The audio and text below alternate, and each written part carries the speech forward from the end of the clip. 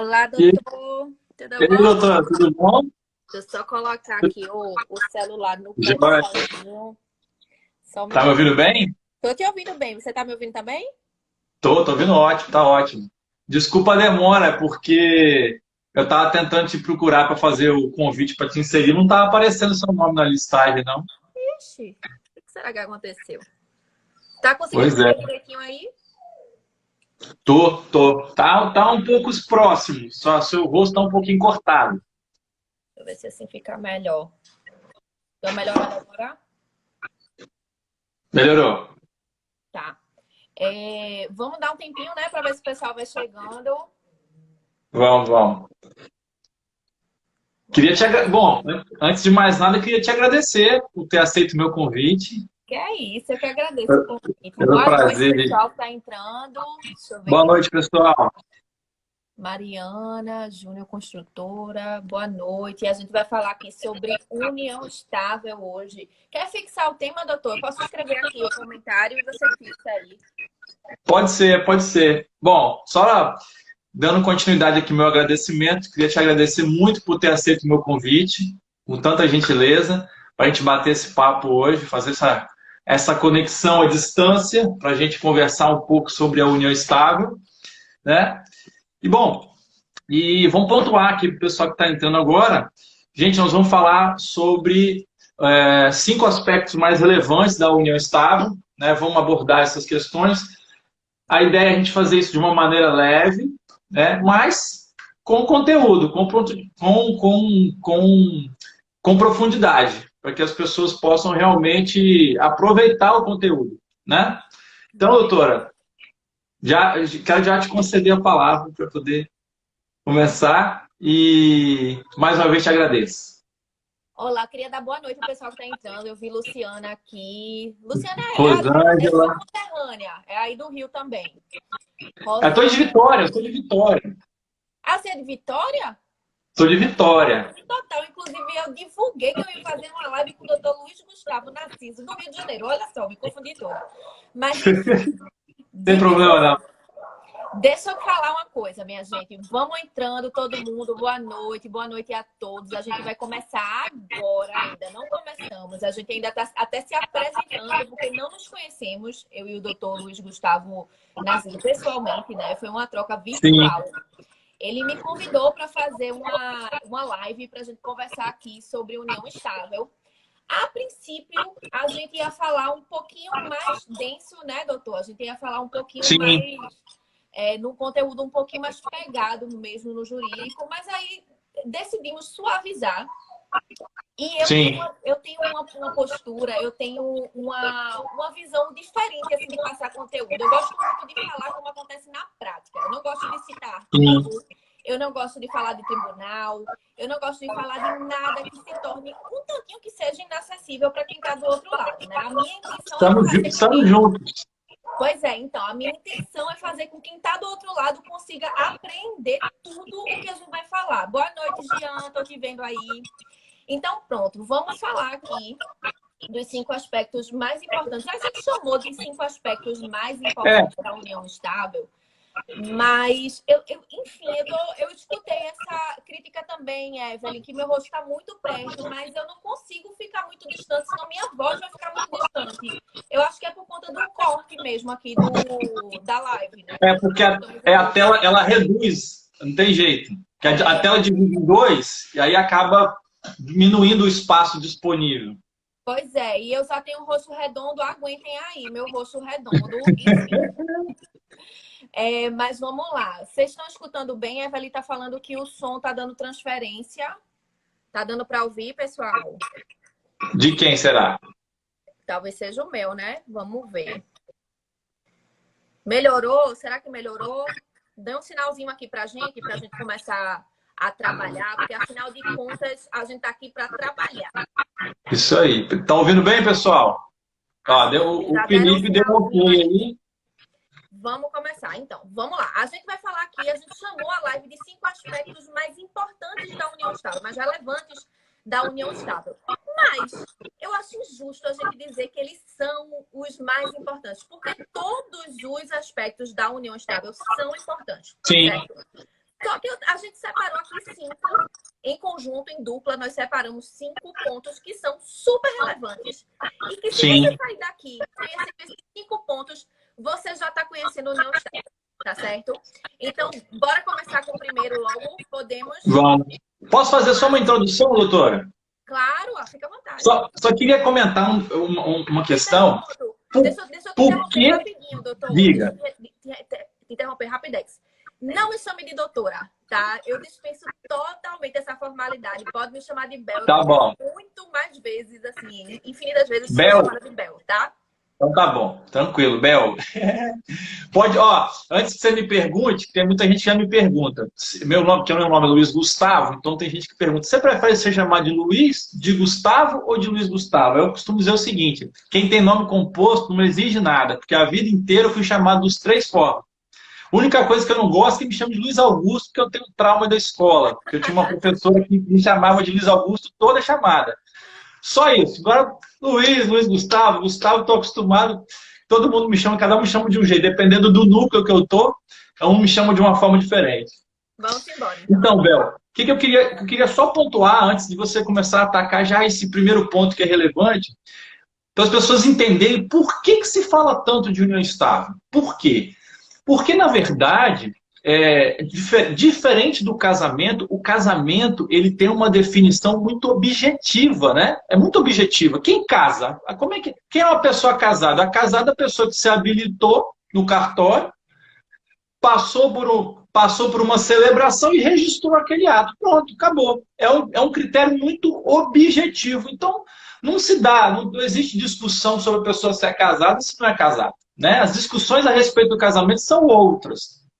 E é por isso que surge tanta discussão a respeito da união estável, porque o conceito de união estável é muito vago, é muito aberto, né? Quando a gente fala de uma relação duradoura, relação contínua, com o interesse de constituir família, é tudo muito aberto, é tudo muito subjetivo. Então, por conta desses conceitos muito abertos, é que surgem interpretações diversas e dúvidas de ordens variadas. É por isso que esse tema acaba sendo tão palpitante sempre, né? Sempre tão foco de dúvida, exatamente por causa dessa falta de objetividade do legislador. E a gente se vê obrigado, no dia a dia, no trabalho, tendo que fazer sempre essas interpretações, e essas interpretações vão mudando com o passar do tempo. A gente está sempre tendo que revisitar o estudo da união estável. As pessoas que estão, às vezes, aí do outro lado, pode ser profissionais, né, do direito ou não, vão entender a nossa conversa da mesma forma, mas é só para eles entenderem por que esse assunto é tão constante nos nossos debates. O lado bom é que acho que meu quarto ponto, vocês vão entender como é que a gente desmistifica isso tudo, né? Mas vamos embora, vamos falar.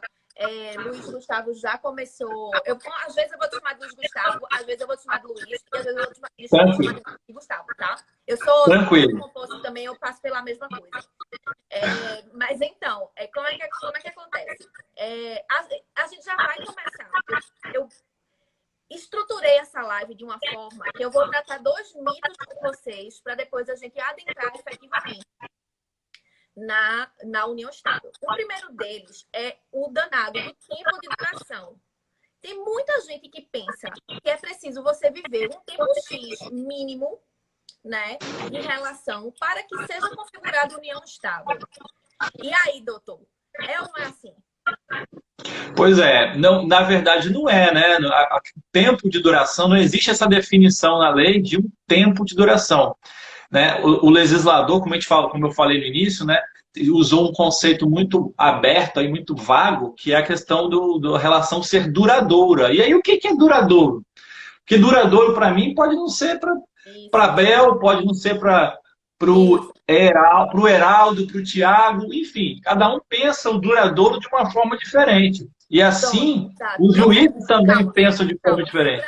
Não vamos atropelar os passos. Mas é mais ou menos isso. É muito subjetivo, certo? Quando a lei chega e diz assim, é uma relação duradoura, que eu ainda vou falar com vocês a respeito disso, É muito subjetivo, né? Na mesma medida, se a gente pegar uma analogia com o casamento, na mesma medida que pode existir um casamento que nasce e finda e termina com um prazo de uma semana, o que impede de uma união estável acontecer a mesma coisa, não é verdade? Então, não existe um tempo mínimo, tá? Isso é um dos maiores mitos com relação à união estável. Já anota aí, não existe um tempo mínimo para ser configurada a união estável, certo? Segundo ponto, residência. Será que é necessário coabitar? Será que é necessário que os companheiros vivam na mesma casa, doutor? Também não. Também não. Eu costumo dizer que a respeito da coabitação, sem querer atropelar, que a coabitação, as pessoas morando na mesma casa, ela é um indício forte de um relacionamento mais profundo. Ninguém tem um relacionamento superficial morando na mesma casa, mas não necessariamente vai configurar uma relação de união estável. As pessoas podem ter uma relação de união estável morando sob o mesmo teto ou até morando em tetos separados. Da mesma forma como pessoas podem estar namorando e coabitando, né? Elas Sim. não têm a intenção de formar família. A gente vai falar sobre esse pulo do gato também, que no fim, para quem ficar até o fim, vocês vão entender qual que é a grande diferença do namoro para a união estável. Mas, enfim, é um outro mito. Só para recapitular, o primeiro mito é o tempo de duração. Não existe um tempo mínimo de duração para ser configurada a união estável. E o segundo mito é a questão da residência. Não é obrigatório que as pessoas vivam, que os companheiros vivam sob o mesmo teto. Da mesma forma, assim, não significa dizer que se você morar no mesmo teto com alguém, você está numa união estável, certo? E aí, minha gente, posto esses dois mitos, a gente já entra no terceiro ponto. Tem uma dúvida aqui, ó, do Júnior. E quando a pessoa divide um apartamento, cada uma no seu quarto, aí é que, enfim, tipo casa de estudante. Aí é que, enfim, Júnior, aí que fica mais difícil mesmo de configurar, certo? Mas você vai entender agora, no ponto 3, que eu vou trazer aqui, os requisitos da união estável. O que é que vai fazer a diferença aí nesse caso, tá certo? Os requisitos para se configurar uma união estável é que ela seja uma relação pública, ou seja, que ninguém tenha dúvida que Maria e João vivem maritalmente. O que é viver maritalmente? É viver como se casados fossem. Eles se tratam como se fossem casados, certo?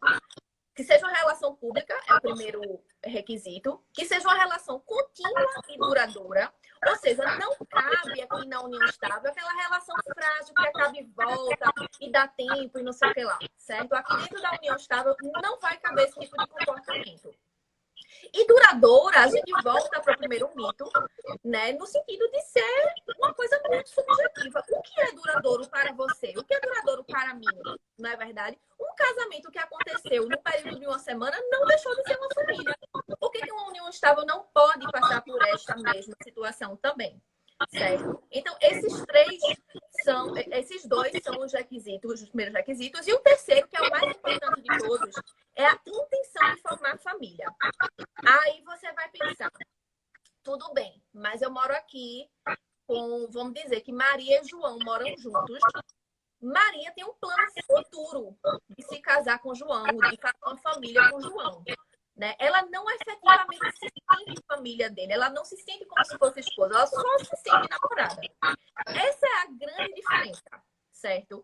Dentro do namoro qualificado, pode existir o plano futuro de ser família.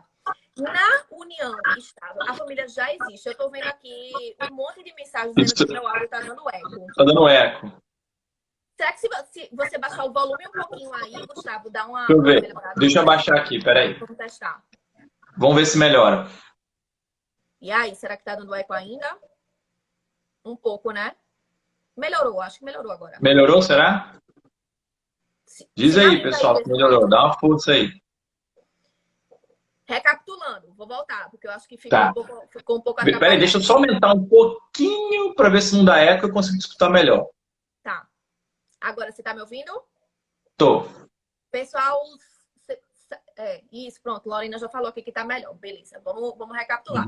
Os requisitos da união estável são que seja uma relação pública, que seja uma relação contínua e duradoura, certo? E que tenha a intenção de formar família. Qual é o pulo do gato da intenção de formar família? A intenção de formar família não é um simples plano, tá? Quando ele diz assim, que dá para ser uma união precisa ter família, é necessário que os companheiros eles já se sintam família. A família já existe, certo?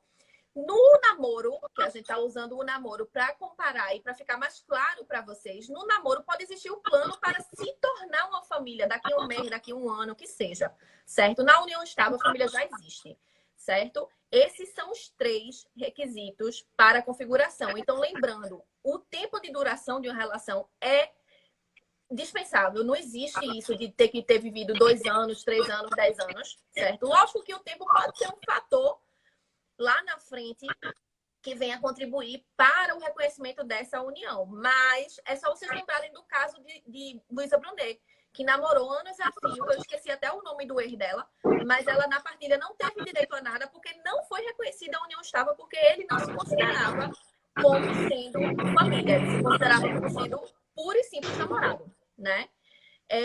E a outra questão é a da residência, que a residência ela não é um requisito básico para a configuração da união estável. Como o doutor Luiz Gustavo falou, ela dá fortes indícios de que aquela relação é um pouco mais séria, né? Mas não é um requisito. Pode acontecer de você viver sob o mesmo teto com uma pessoa apenas para dividir contas, por exemplo, e você não está numa união estável. Você pode estar apenas no namoro, né? Como eu falei, com o plano futuro de ser família, mas não sendo. Da mesma forma que pode acontecer de você ter uma união estável morando em casas separadas, tá? Tudo o que vai definir se é ou se não é. É se você se sente família ou se você não se sente família. É isso. É subjetivo pra caramba? É subjetivo pra caramba. Certo? Por isso que como o doutor Luiz Gustavo falou no início, é por isso que demanda tanta discussão, é por isso que demanda tanto debate, né? Porque, enfim, é tão difícil você objetivar, você concretizar o que a outra pessoa sente, né? Que é muito difícil você pegar um terceiro que nem conhece você, que no caso é o juiz, para dizer se você vive numa união estável ou não. E tem um detalhe, né, Bel? Oi? Hein, Bel? Ainda tem um detalhe, assim, não bastasse ser subjetivo, né? A gente tem que, assim, nós profissionais do direito e o juiz também, ele tem que tentar entrar na cabeça da pessoa, ver o que ela está pensando, o que ela está sentindo, e às vezes aquele casal, um tem um tipo de sentimento que o outro não tem, né? A gente trazendo para uma situação de um namoro, quantas vezes a gente escuta casos de que um acha que está namorando e o outro acha que não está, que não tem compromisso nenhum.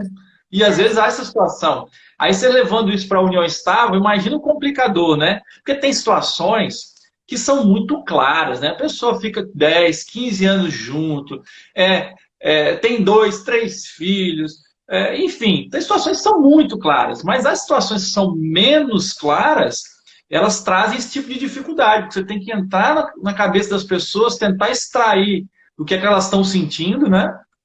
Tem até um ponto que eu queria falar a respeito disso, que você levantou a questão de filhos, né? Que é super importante a gente falar também.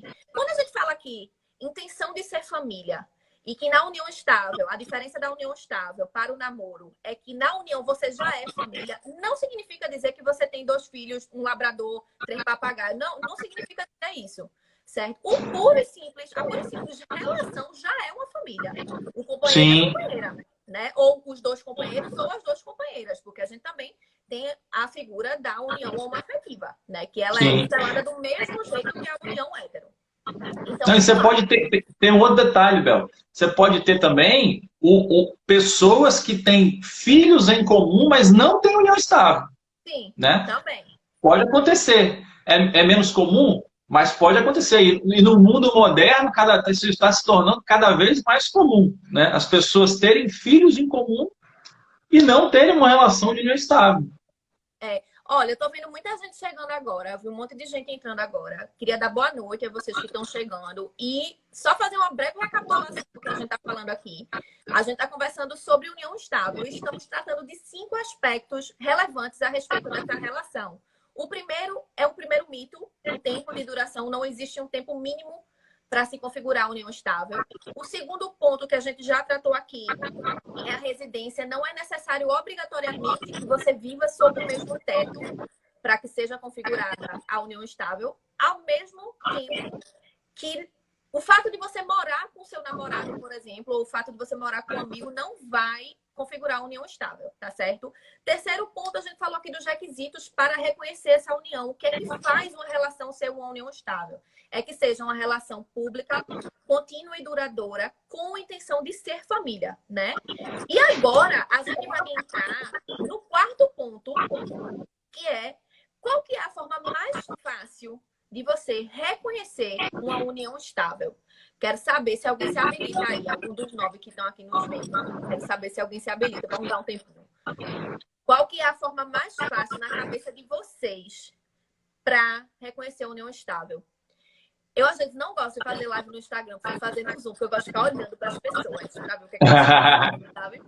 Mas, enfim, minha gente, a forma mais fácil é reconhecer essa união no momento que você começou a viver.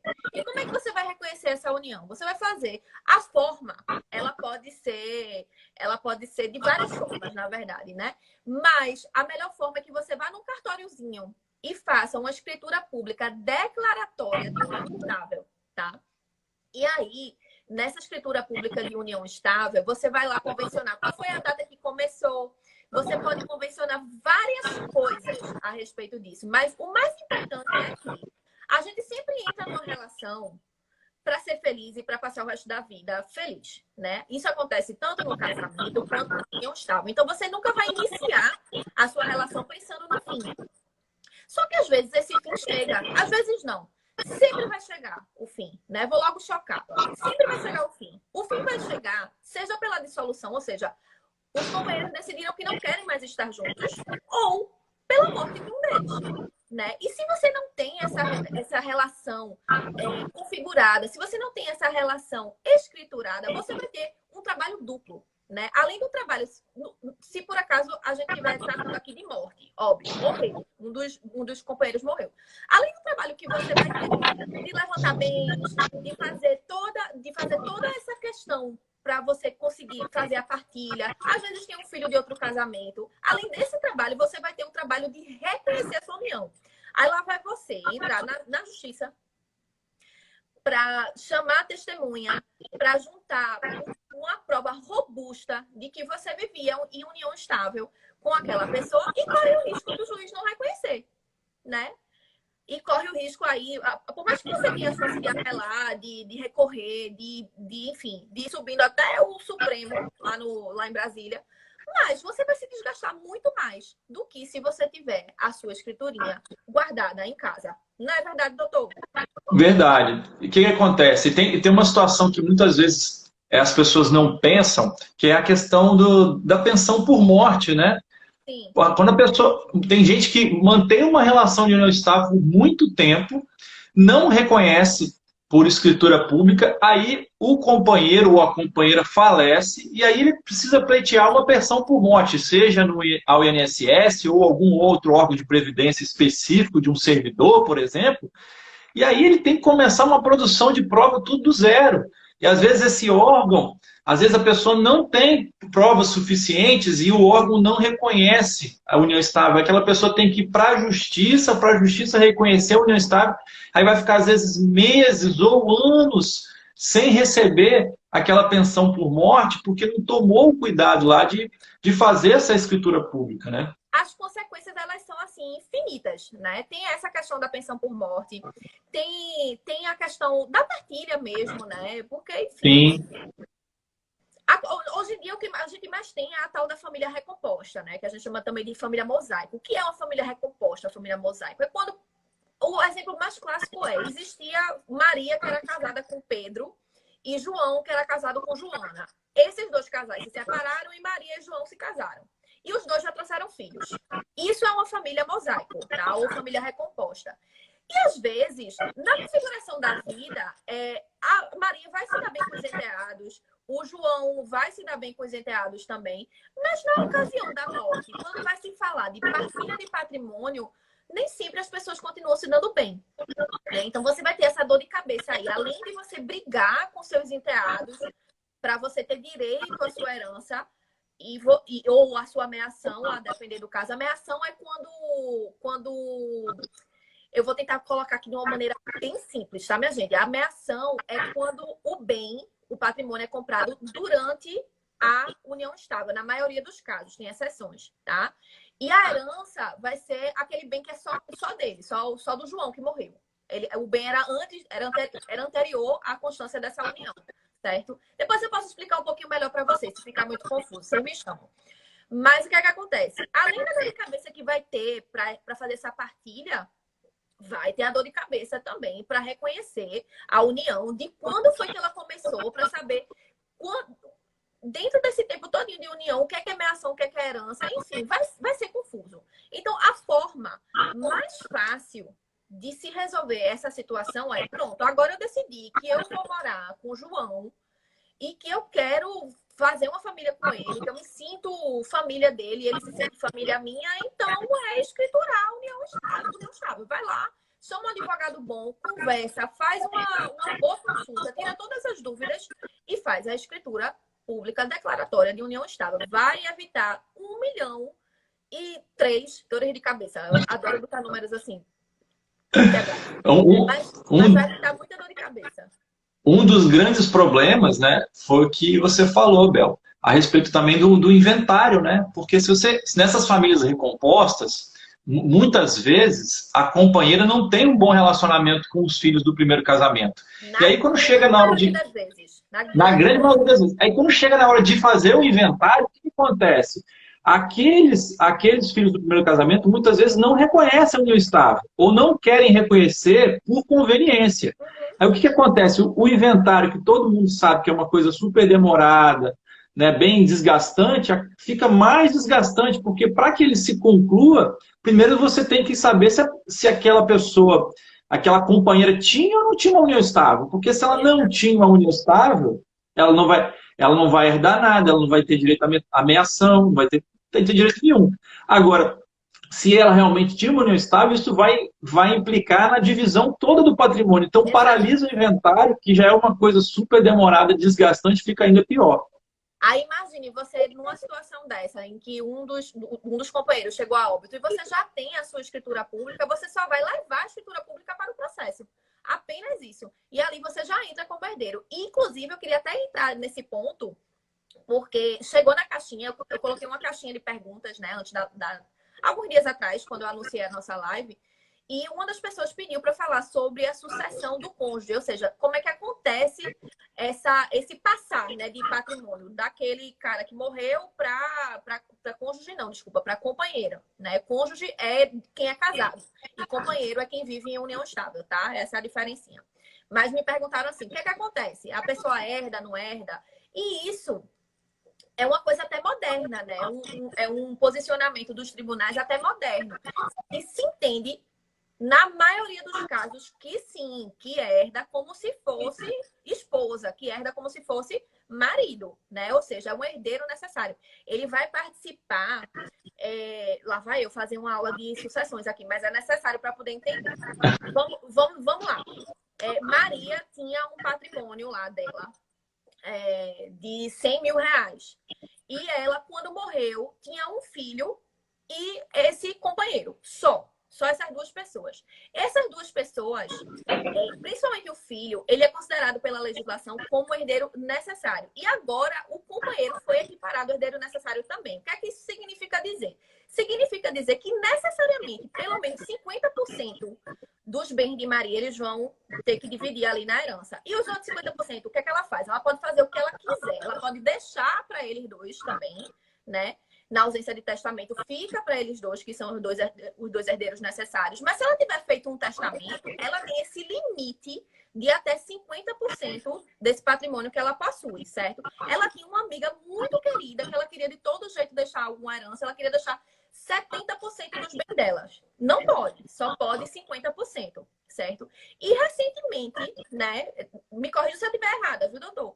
Mas recentemente o entendimento majoritário é no sentido de que o companheiro, ainda que não seja casado, né, porque existia essa diferenciação para proteger o casamento, né, para estimular que as pessoas se casassem, mas recentemente o posicionamento dos tribunais é que não há diferença, é que um companheiro ele vai ser herdeiro necessário também, tá certo? Sim, na verdade ele vai seguir o mesmo raciocínio como se casado Isso, fosse, como se o casado né? fosse. O raciocínio é o mesmo, né? É que a gente, assim, aqui a gente não tem condições de explicar para todo mundo todas as hipóteses em que o companheiro ou em que a viúva casar, a viúva ou viúvo casado efetivamente vai herdar, não vai herdar, vai receber só metade, mas enfim, acho que é importante que as pessoas entendam que o raciocínio que vai se aplicar ao companheiro é É sempre o o mesmo. mesmo raciocínio que se aplica ao cônjuge, não existe diferenciação. E Eu vou aí, até, eu vou até fazer um adendozinho aqui, que eu tenho um negócio, tem um fenomenozinho que chama reserva legal, que eu acho muito legal e pouca gente conhece. Que é o seguinte, se uma pessoa era casada lá, vamos lá, vamos usar, adoro Maria e João, adoro esse casal, amo esse casal, Maria e João. Mas eu sempre mato João no meio do caminho. Maria e João eram casados, certo? E eles tinham 5 filhos, tá? E aí João morreu. E aquele patrimônio de João, aquele patrimônio exclusivo de João, vai ser dividido entre a Maria. E aqui, ó, eu tô dizendo que ela é casada, tá? Mas vai se aplicar a mesma regra se por acaso ela vivesse em união estável, tá bom? Mas aí, vê lá, ele tinha Maria e 5 filhos, ou seja, ele deixou 6 herdeiros necessários. Aí vamos dizer que ele tinha um patrimônio de 600 mil reais. Aí na sua cabeça, cada um ficou com 100 mil, né? Todo mundo pensando assim, aí cada um ficou com 100 mil. Não é assim que funciona, tá? Por quê? A lei, ela protege o cônjuge sobrevivente, a viúva, o viúvo ou o companheiro sobrevivente. E diz que daquele patrimônio que vai ter essa herança, pelo menos um quarto vai ficar com o cônjuge sobrevivente, ou que é a viúva ou o viúvo, né? Ou o companheiro sobrevivente, certo? E excluído esse quarto, aí vai dividir entre o restante. Tô certa ou tô errada, doutor? certíssimo. Tem muita gente que se confunde. Na verdade, hoje em dia as famílias não são tão numerosas assim, né? Mas já aconteceu de chegar para mim uma família numerosa e que achava que era para dividir tudo igualzinho. E não é assim que funciona, tá? E tem esse quarto, que a gente chama de reserva legal, esse um quarto do patrimônio, da herança, que vai ficar lá com a viúva ou com o viúvo, enfim, ou com o companheiro sobrevivente. Agora, lógico, que se eu tiver 2 pessoas, ela não vai ficar com um quarto, aí divide meio a meio, né? É só quando é sério. Um quarto seria o mínimo possível. É o mínimo. O que mais? A gente já falou aqui de 4 pontos, né? A gente já falou do tempo mínimo de relação, que não existe, né? É um mito. Vou recapitular porque tem gente chegando, tá? Quem tá aqui desde o começo tem um pouquinho de paciência. Tempo mínimo de relação não existe, né? Não tem isso. Eu precisei viver 2 anos em união estável para que ela seja configurada. Não tem isso, tá? A residência, não é necessário que você viva sob o mesmo teto para ser configurada a união estável. Do mesmo jeito que se você dividir contas, você só mora com a pessoa para dividir contas, não significa que você está na união estável também. Tá? Terceiro ponto, falamos dos requisitos, relação pública, contínua, duradoura, com intenção de formar família, né? Quarto ponto, a forma mais fácil de reconhecer uma união estável é reconhecê-la previamente, ou seja, decidiu que você e João e Maria decidiram que são família, então o que é que eles vão fazer? Vão chamar um bom advogado, vão fazer uma consulta com esse bom advogado, vão tirar todas as dúvidas e fazer uma escritura pública declaratória de união estável, tá? Isso vai evitar muita dor de cabeça que a gente estava conversando aqui sobre partilha de bens, principalmente nos momentos de herança, né, doutor? Sim. E aí, a gente já vou entrar agora para o quinto ponto, porque aí a gente de repente abre para perguntas, né? Ou, enfim, a gente vai fluindo aqui com outras coisas interessantes também. O quinto ponto que eu separei foi qual que é o regime de bens da união estável. E o regime de bens da união estável, ele também segue a mesma linha do casamento, né? Se você não escriturar de forma diferente o regime de bens que vai se aplicar à sua união estável da comunhão parcial de bens, como é que funciona esse regime, Maria Isabel Laranjeiras? Vamos explicar. Esse regime funciona do seguinte modo. Tudo aquilo que for adquirido, tem algumas exceções, tá, minha gente? Mas vou falar grosso modo. Tudo aquilo que for adquirido do dia que sua união começou ao dia que a sua união acabou, vai se comunicar, ou seja, vai ser dos 2 companheiros, certo? Aquilo que foi adquirido antes não comunica e o que for adquirido depois também não comunica. comunica. Mas, a grosso modo, é isso. Aquilo que for constituído na constância da união pertence ao casal. Bel, agora lascou. Porque eu quero ter união estável, mas eu não quero dividir tudo. Eu quero fazer a minha vida e João faz a vida dele. Como é que a gente faz? Bem, a gente já explicou aqui para vocês que a forma mais fácil de reconhecer a união estável é através da escritura pública declaratória, né? E aí, o que é que você pode fazer? Nessa escritura pública, você pode convencionar qual é o regime de bens que você quer. Essa é a oportunidade também de você escolher qual regime de bens que você quer, que seja o regime aplicado à sua realidade, certo? E aí, você pode escolher lá se você quer a comunhão universal de bens, que é aquele que tudo de todo mundo vai ser de todo mundo, com raras exceções, né? Você pode escolher o regime da separação total ou convencional de bens também, que é como é que funciona. O que é meu, o que é teu, e pronto, acabou-se. Aí, como é que funciona? Você vai fazer nessa escritura pública, certo? E a partir da data da escritura pública para frente é como vai ser regida a sua união estável. Aí, antes que todo mundo me pergunte, porque essa pergunta sempre chega, é assim: beleza, Abel, eu vivo em união estável já faz 10 anos. E agora eu quero fazer a escritura pública. E eu quero escolher agora, depois de 10 anos que eu vivi em união estável e comprei o mundo, eu comprei o Espírito Santo todinho, e eu não quero dividir. Eu posso fazer hoje a minha escritura pública e colocar que é separação total de bens para trás? Não pode. Se você viveu em união estável, sem escriturar regime de bens diverso, você vai viver como se você estivesse na comunhão parcial de bens. Se a partir de hoje, depois de 10 anos de união, se a partir de hoje você quer viver em separação obrigatória de bens, você pode, mas é de hoje para frente, certo? Então, vamos fazer uma recapitulação aqui, porque eu acho que eu falo rápido demais. O regime de bens da união estável é comunhão parcial de bens, a grosso modo. Você pode escolher diferente? Pode, através de escritura pública. Mas esse regime só vai valer da data da escritura pública para frente. Ele nunca volta, tá certo? E aí, doutor, alguma contribuição? Não, eu quero só comentar a respeito essa informação que você está passando, que é uma informação assim extremamente valiosa. Por quê?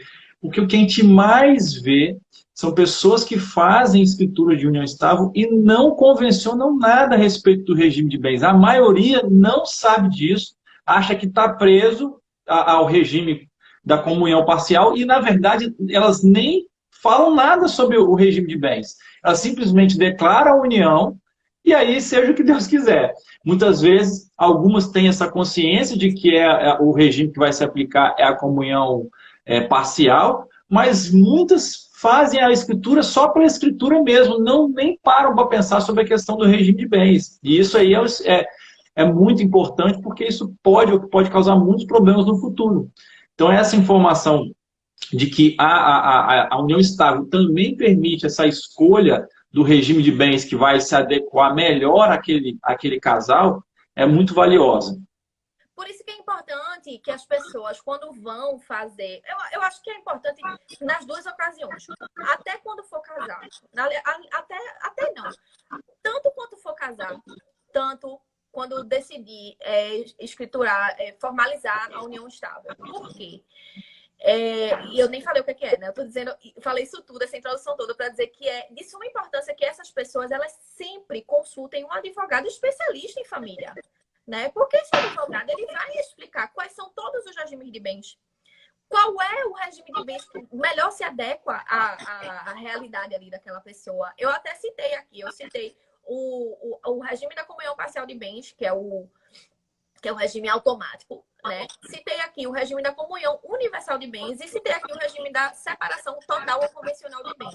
Só que faltaram dois regimes, né? Um é a participação final nos aquestos, que ele tem um nome horroroso, mas ele é um regime super simples de se compreender. E, às vezes, esse regime, a participação final nos aquestos, é o que melhor se adequa àquela realidade. Digamos que uma pessoa vive comprando e vendendo imóveis o tempo todo, o quanto que não se atrasa de ter que pedir a outorga, a anuência lá do cônjuge ou do companheiro, né? E aí, se viver no regime da separação, da participação final nos aquestos, ela se livra disso enquanto a relação existe. Né? Para quem não sabe, minha gente, esse regime, o da participação final dos aquestos, funciona assim. É como se ele funcionasse em 2 tempos. Enquanto a relação existe, ele segue as regras da separação convencional de bens. Então, o que eu construo é meu, o que meu marido, o que meu cônjuge ou meu companheiro constrói é dele, certo? E vice-versa. Agora, no momento da dissolução, aquilo que foi construído no curso da relação vai ser partilhado também, entendeu? Então, assim, é um regime muito bom para quem lida com essa necessidade constante de pegar a boa e velha outorga do companheiro, do cônjuge, né? Então, assim, é muito importante, é de suma importância que as pessoas elas tenham acesso a esse tipo de informação antes de casar e antes de configurar a união estável também, né? Para poder escolher qual que é o regime de bens que melhor se adequa à realidade dela. Então, tendo essa conversa com o advogado, é uma consulta, né? Faz a consulta, o advogado explica todos os regimes de bens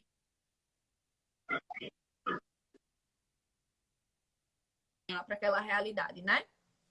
E você, hein, Bel, a respeito do regime da participação final dos aquestos, né, é interessante como, assim, como existe, infelizmente, essa cultura das pessoas não se consultarem com o advogado quando se casam. E é engraçado o seguinte, se a gente for parar para analisar assim, friamente, o casamento ou a união estável é o contrato mais importante que a gente faz na vida da gente. Uhum. Eu não consigo imaginar um contrato que seja mais relevante, que tenha mais repercussão na nossa vida do que o contrato, que é o casamento, que não deixa de ser um contrato da união estável. E mesmo assim as pessoas não atentam para isso. Quando pensam em algum bem imóvel, eu vou comprar um apartamento, vou consultar um advogado, vou constituir uma empresa, vou consultar um advogado. Mas numa das relações que talvez seja a mais complexa dentro do direito, porque ela se ramifica para todos os lados, e também porque é o contrato mais relevante que tem, na minha concepção, pelo menos, na vida da pessoa, as pessoas não consultam. E aí, por não consultarem, por desconhecimento, esse regime, que é um regime super interessante, que pode, às vezes, atender de forma muito boa as necessidades de vários casais, não se aplica. Uhum. Assim, não se aplica, não. Ninguém usa. Ninguém usa. Eu ia até te perguntar se você conhece alguém. Até porque o nome dele não é convidativo, né? É um nome Pois é. horroroso. Participação Você conhece alguém que casou pelo regime? Ninguém. Não conheço ninguém. Olha, eu vou te falar, eu já fiz mais de 1.600 divórcios na minha vida. Nunca vi um casamento nesse regime. Nunca vi.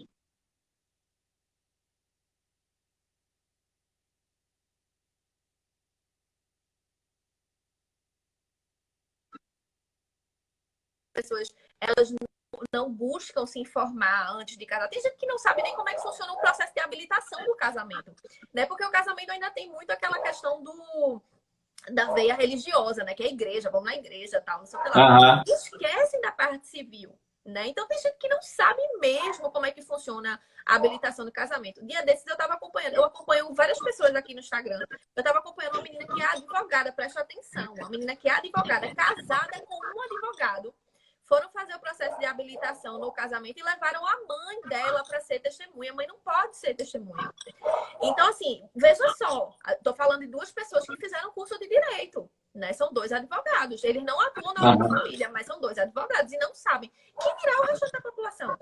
Né? Então, assim, as pessoas elas realmente não têm essa preocupação. O que acontece muito comigo aqui na minha realidade, Gustavo? As pessoas, depois que sofreram algum processo de dissolução de união estável ou de divórcio e vão casar novamente, aí chegam para mim para fazer o pacto antenupcial ou para escriturar a união estável. Mas primeiro passaram por uma dor de cabeça antes porque não conheciam, não tinham informação. Entendeu? E hoje em dia, eu não sei se você está percebendo isso também aí no Espírito Santo, mas eu venho percebendo aqui que está cada vez mais jovem.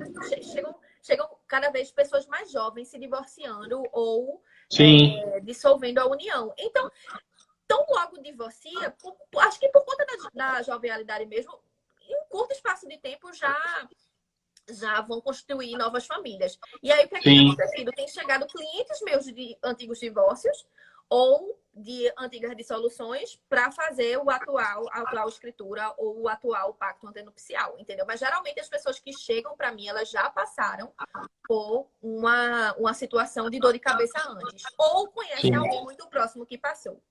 Né? Mas nunca chegou assim, voluntariamente, vou casar, vou ali, deixa eu ligar aqui para advogada, para marcar com ela e fazer uma consulta de ver qual que é o melhor regime de bens para minha realidade. Não tem isso. Isso é uma cultura inexistente ainda, infelizmente. Sim. Né? Normalmente, essas consultas acontecem um pouco mais nos casos das famílias recompostas, porque o medo, às vezes, da nova companheira ou do novo marido, enfim, da repercussão patrimonial que vai ter pelo fato de ter filhos com um casamento anterior, aí que eles se preocupam. Mas, normalmente, quando é aquele primeiro casamento, que a pessoa está tomada 100% ali por emoção, ela sempre acha que vai dar certo, sempre acha que vai dar certo. Né? Eu acho que, na verdade, todo mundo casa querendo que dê certo e achando que dê certo. Até aí eu acho louvável, mas a gente tem sempre que pensar que qualquer coisa que a gente vai fazer pode dar errado em algum momento. E a gente tem que ter a questão esse também cuidado. que esse casamento ou essa união estável vai acabar invariavelmente, gente. Isso é uma Sim. solução da união estável, ou em raros casos, eu nunca peguei nenhum, mas em raros casos de anulamento de casamento. Uhum. Mas ou por esse viés, ou pelo viés ou da pela morte. Né? Vai acabar de um jeito ou de outro. E aí, vai acabar de... Exato. E aí os efeitos da sua péssima escolha lá no caminho, lá atrás, que você, enfim, que você deixou de se munir de informação, né, para escolher de repente um caminho melhor para sua família, vai chegar, vai estourar em algum momento, ou na sua mão ou na mão dos seus herdeiros. Né? Então, assim, é importante que as pessoas sejam precavidas, sim. Sim. E com relação a essa questão de família recomposta, chegou uma dúvida bem interessante para mim na caixinha também, que foi o seguinte. Uma pessoa perguntou lá, quem não dissolveu a união estável pode casar? Aí, minha gente, vamos lá. As coisas no direito de família são maravilhosas, porque elas, enfim, têm várias respostas. Nesse caso, não tem nada, não tem nenhuma previsão legal dizendo que a pessoa não pode casar, né? Porque não existe isso de uma pessoa que vive em união estável, ainda mais se ela não for escriturada, de ela ser uma das pessoas pertencentes ao rol dos impedidos para casar. Certo? Então, a rigor, legalmente falando, assim, poderia. Mas o que pode acontecer?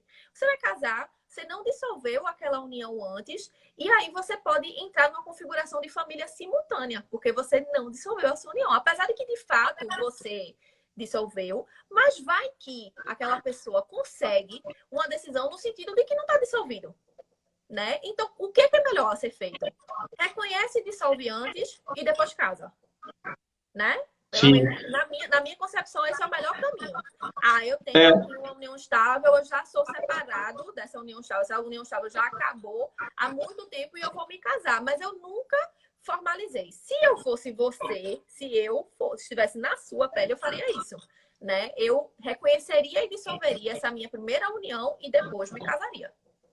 Eu concordo com você. Inclusive, assim, eu queria fazer até um paralelo para as pessoas entenderem. Eu vou dizer o porquê que eu concordo.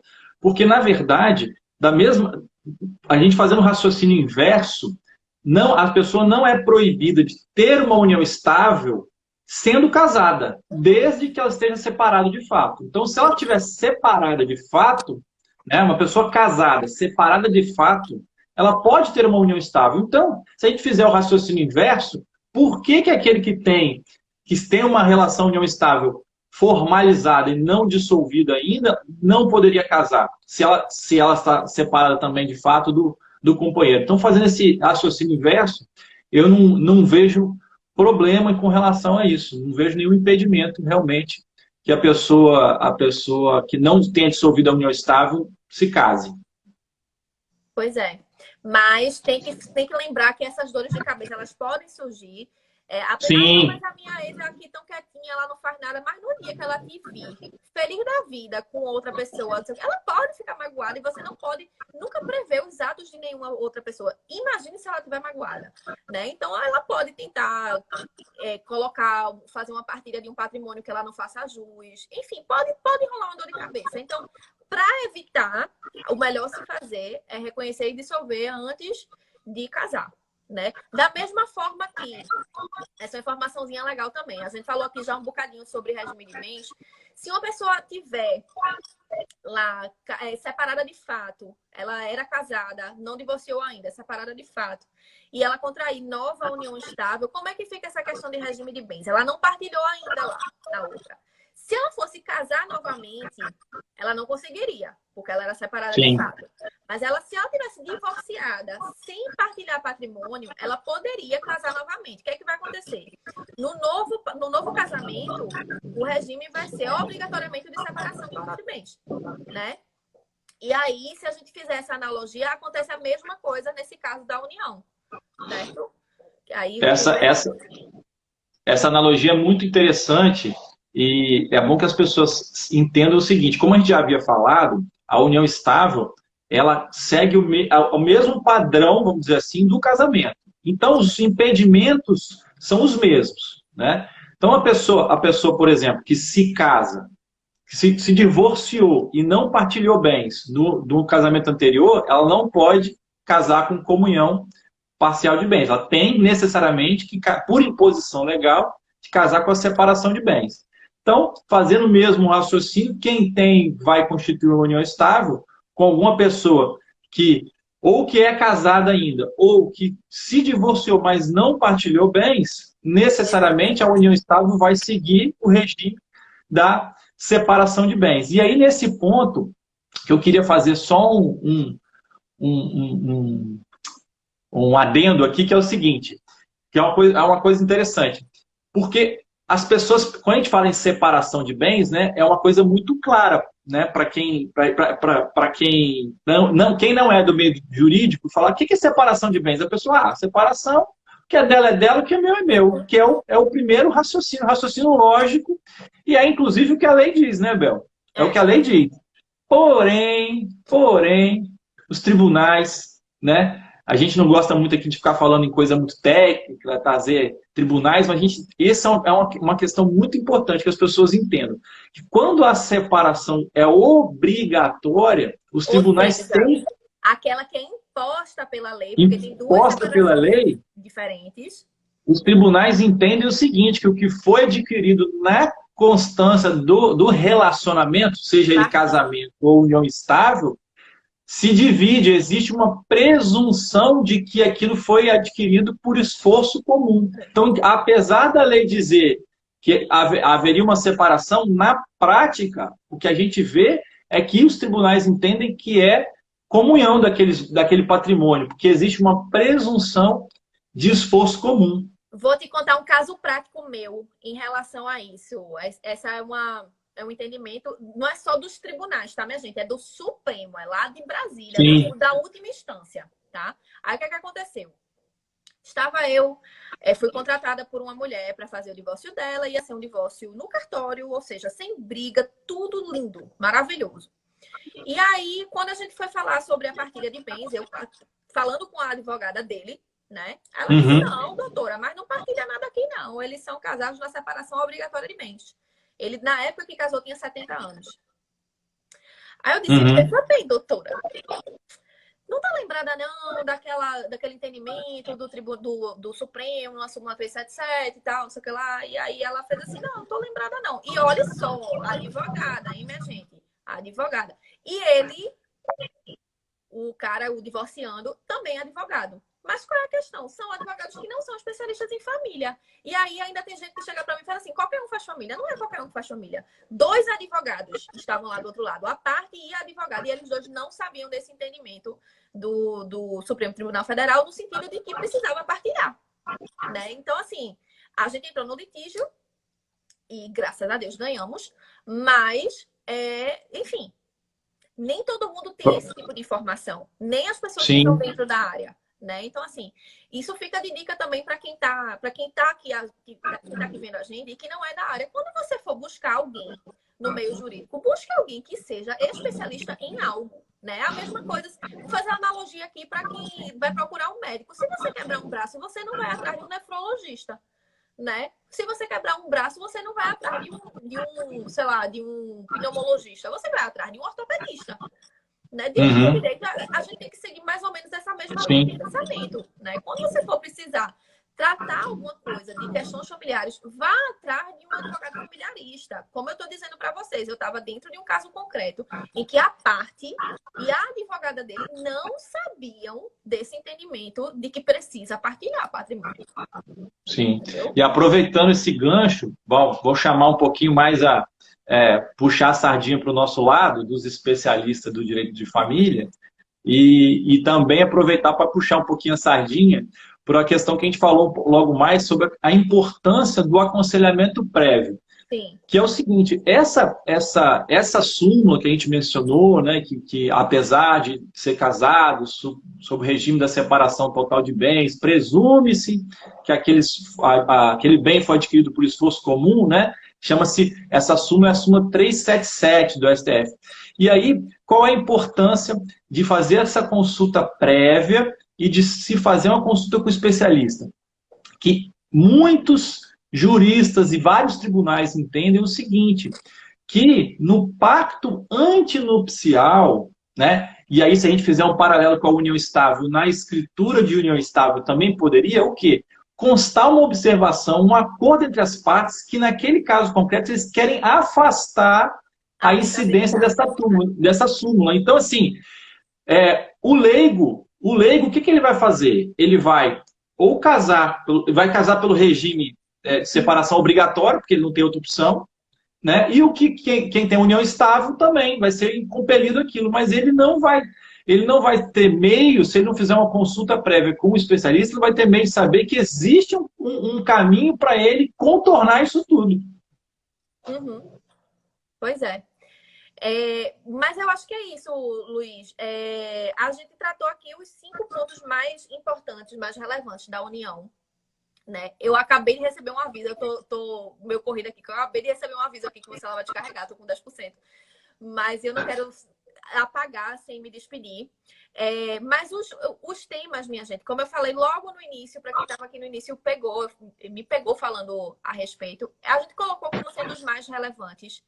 Mas eles não são obrigatoriamente os mais relevantes. Tanto que a gente falou de outros aqui que são extremamente relevantes. A gente não tinha combinado de falar sobre os regimes de bens, por exemplo. A gente não tinha combinado de falar sobre a afastabilidade da súmula 377. Tudo isso foi fluindo. Mas todos esses temas são relevantes. Né? A gente falou de 5 que se você conseguir internalizar, você entendeu o que é a união estável. Mas vai entender eu queria destacar dentro de todos eles a grande diferença entre a união estável e o namoro qualificado. Tá? O namoro qualificado, ele pode ser contínuo, ele pode ser duradouro, mas ele, em hipótese alguma, é família. Ele é só um namoro. Tá? E a união estável, ela é contínua, ela é duradoura e ela é uma família. Esqueçam esse negócio de com intenção de formar família, porque isso fica dúbio. Né? Quando a gente escuta assim, tem intenção de formar família, é porque eles depois vão formar. Não é assim. Entenda de uma vez por todas. Pega essa frase e rasgue ela. A união estável é família. O namoro pode ter o plano de ser, mas não é. Certo? E é isto. Queria te agradecer, Gustavo, mais uma vez. Eu que te agradeço. Eu que te agradeço por ter aceito meu convite. Já são 8 horas, né? Voou. O tempo passou muito rápido. Apesar de que o Instagram agora permite lives mais rápidas, né? Mas meu celular me traiu agora. Mais longas, aliás. Eu falei lives mais rápidas, mas ele permite lives mais longas. Mas é isso. Eu queria te agradecer mais uma vez. Já vou te fazer o convite aqui ao vivo para a gente falar sobre outro tema. Tá? A gente Vamos. Outro tema legal também. E aí a gente pode até abrir caixinhas nos nossos 2 perfis para ver o que o pessoal quer que a gente fale. Vamos sim, já está aceito o convite. Foi um prazer enorme, enorme conversar com você, viu? Doutora, o prazer foi todo... Doutora não, Bel. O prazer foi todo meu. Te agradeço muito por ter aceito o meu convite. ter disponibilizado o seu tempo para a gente conversar aqui sobre essas questões que são tão relevantes, né? A gente poder ter a internet dar essa oportunidade para a gente instruir as pessoas, levar informação, né? Às vezes a pessoa assiste uma live e uma informação, às vezes uma informação de uma hora que a gente ficou aqui falando de várias questões, uma informação pode fazer toda a diferença na vida de uma pessoa, né? Então, assim, te agradeço por essa disponibilidade, por ter aceito o meu convite. Foi um prazer estar contigo aqui conversando. E eu já aceito logo de antemão o seu convite para a gente conversar numa outra oportunidade sobre algum tema igualmente interessante como foi hoje. Obrigado, tá? Pois vamos. Gente, Obrigada obrigado também. quem passou aí para nossa live. Espero que tenha contribuído com vocês. Um beijo, minha gente. E para quem não segue Dr. Luiz Gustavo, quem tiver aqui ainda, que seja da minha audiência, vá segui-lo, tá? Que ele tem conteúdo muito legal lá também. E quem não me segue, pode me seguir também. Eu sou super acessível. Isso aí. Adoro conversar, adoro compartilhar conteúdo. Enfim, amo fazer esse negócio aqui desse Instagram, viu? Um beijo pra Legal. vocês. Tchau, doutora. Um abraço. Tchau, tchau. Tchau, Bé.